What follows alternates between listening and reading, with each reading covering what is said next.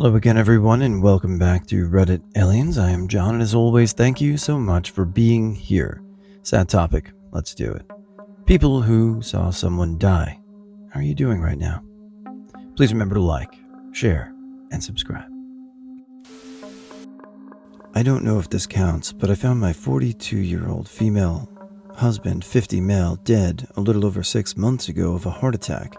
There was a 12-minute window from when we knew he was conscious to when I found him. I did CPR until the paramedics got there, breaking his ribs, and they had to pull me off of him. They were getting to the end of their protocol, and the battalion chief asked me what funeral home they should call since they were having a hard time getting a rhythm back. Next thing I knew, they were running out the door with him on a stretcher. He was put in an induced hypothermic coma for 36 hours, and was in a coma for 4 more days. The doctors weren't expecting him to survive, and if he did, that he would be severely brain damaged. After 18 days in the cardiac ICU, he came home, walking, talking, and cognizant. They literally said it was a miracle. He does have some deficits from having an anoxic brain injury, memory issues, and word confusion, and so much rehab, OT, PT, speech, cognitive, cardiac, and he'll probably need surgery for a torn rotator cuff, which they think happened while he was being defibrillated, but as of right now, it looks like he'll make at least a 90% recovery. Doing okay, considering. Didn't see him die, but I saw my father's body about 20 seconds after he shot himself, and to be honest, I'm doing not well at all. Not really due to a suicide, but more a culmination of everything snowballing after it happened. I've been hanging on by a thread, and yesterday I got a notice of non-renewal on my homeowner's insurance. If I lose this house, I'm out. I'm retired now, but during my career as a reporter, I watched 4 people die in Florida's electric chair. First one really messed with my head. I was out of whack for weeks, and friends started to notice. Number 4 was Ted Bundy, which was the perfect sorbet to cleanse the palate. Never thought I would be glad to see someone die. After Bundy, I refused to cover any more executions. In 2003, I saw a man get thrown out of a moving vehicle, not realizing he'd been shot. I held him while he bled to death in my arms. I was a total stranger, and the last person he ever saw. 20 years later, and I think about him more than I would have thought. I still look up his obituary and see how his family is doing, and the survived by his family names were written. I didn't know him, but I found out he had been a student at the school I was currently at and had planned on going back. He was only 27. Breaks my heart. Never found the murderers. I was a hospice nurse, and most people in my experience seem to wait until the room is empty to die. I had seen a few people pass in front of their family members, but the process was slow and they held on a long time. Only one death that I remember was quick and pleasant. The man had been waiting for his daughter to show, and she came and held his hand. He smiled, said he was happy to see her, and he died shortly after closing his eyes. No Shane Stokes or labored breathing, just peace. I hope I go out that way. Serious answer. I watched my dad die, suddenly and unexpectedly during a family meal outing approximately 19 years ago, November 2004. We were entering the Logan's Roadhouse main entry, and he literally just fell over and went out. I was 22 at the time, and in the midst of university round 1. I stayed with him until an ambulance came, and my mom went with him to the hospital, ordering me to drive my sister, 12 at the time, home and get her some dinner. I spent the next 90 minutes freaking the F out until I got a phone call to come to the hospital. Upon arrival, I asked the ER desk where I could find my dad. When I gave the secretary the name, she did some plunking in her computer, then turned white as a sheet without any words. Mom came out soon after, explaining he arrived dead before they even reached the hospital. To say I was traumatized was putting it lightly. I literally spent the next 3.5 years trying to emotionally recover. In between, I dropped out of school, moved myself to a different state, long complications with my mom blaming me for my dad's death, essentially getting thrown out of the house, etc., etc.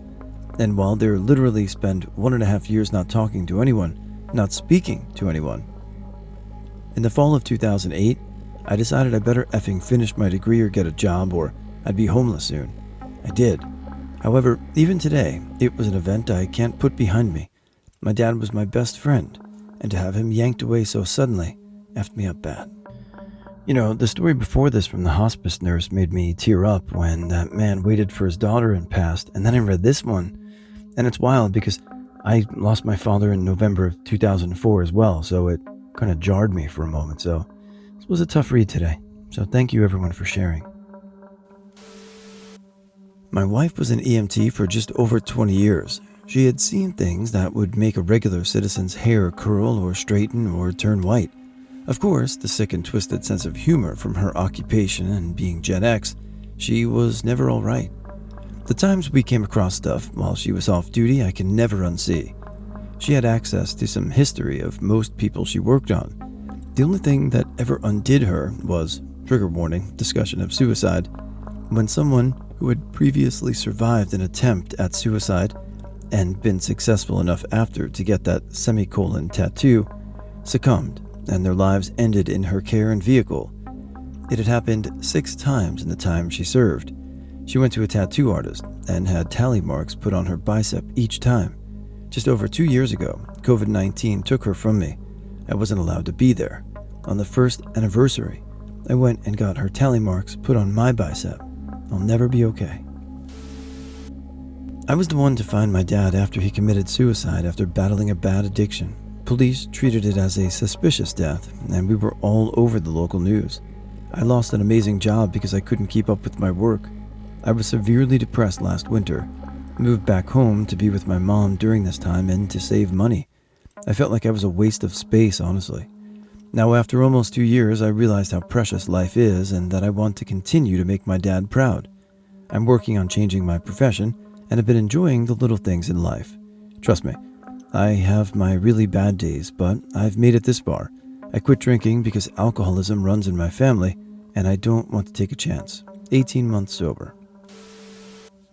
I was a kid, and a kid younger than me. Both of us went to see the river because he insisted. There was a flood. We were right at the bank of the river and the last stair to the river. We were staring at the river, and he suddenly fell, and the flood took him away. I couldn't do anything but run home and inform mine and his parents. A few days later, I saw an ambulance at the kid's home, and I got to know that he died. I couldn't see the body.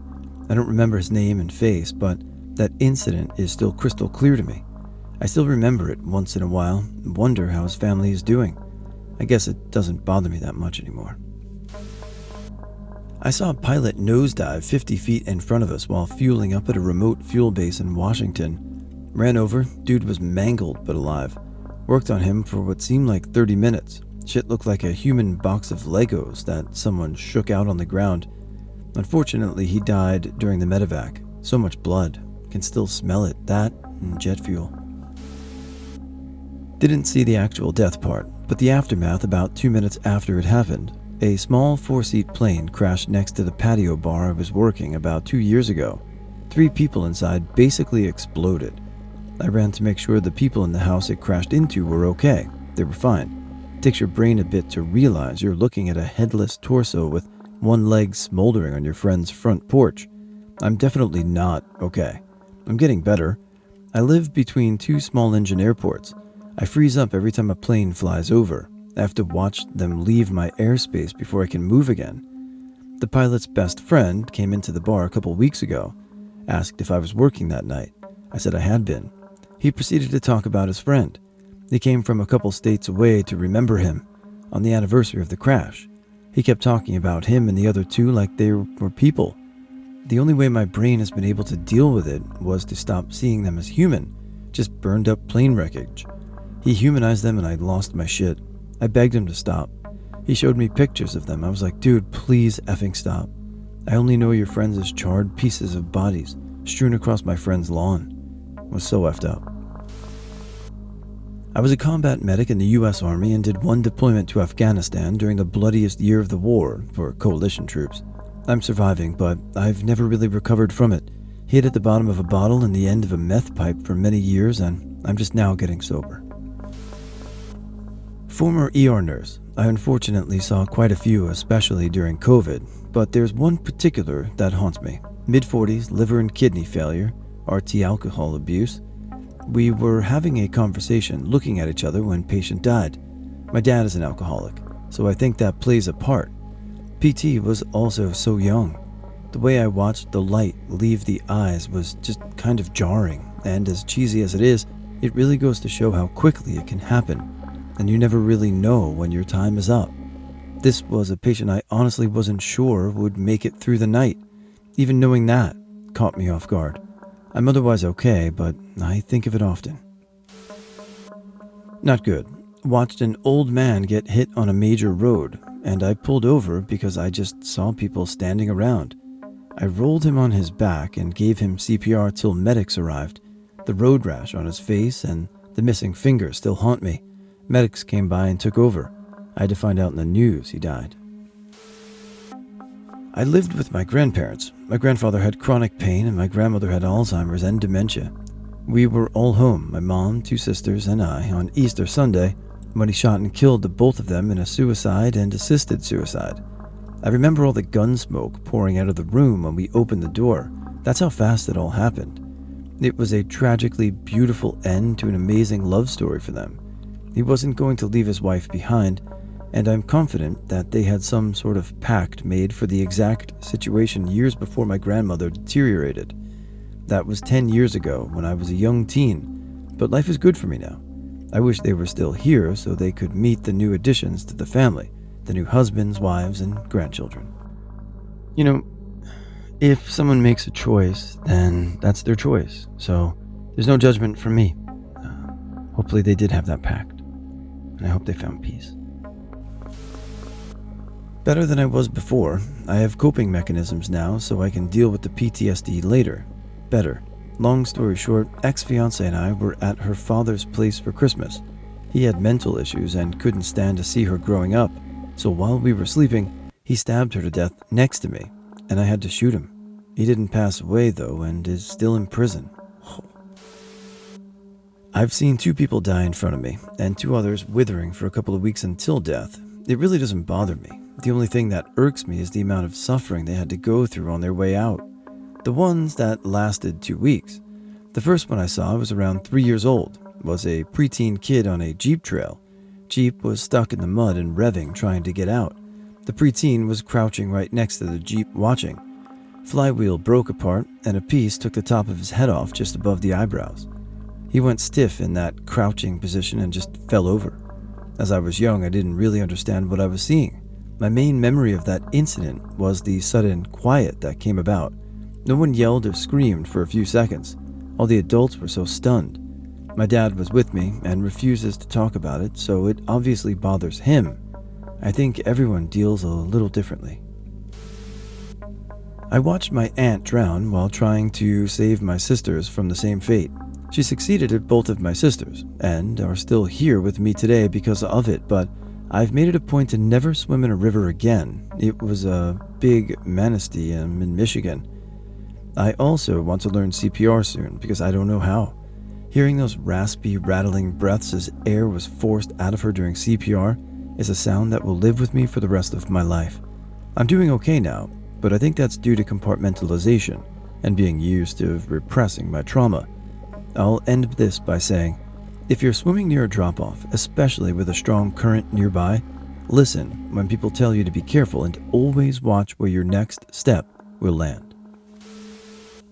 I watched my stepmom's mom have a stroke right in front of us at breakfast. My dad, stepmom, and I were all trained in first aid. Got her into recovery position, immediately called 911, and also tried to dignify the scene for those around us. It turns out she suffered a cranial hematoma, a brain bleed. As we watched her dying in front of us, I realized that all the training in the world can't prepare you for truly dealing with those emotions in the moment. She finally passed away in the ambulance. It was really rough. I'm doing better now.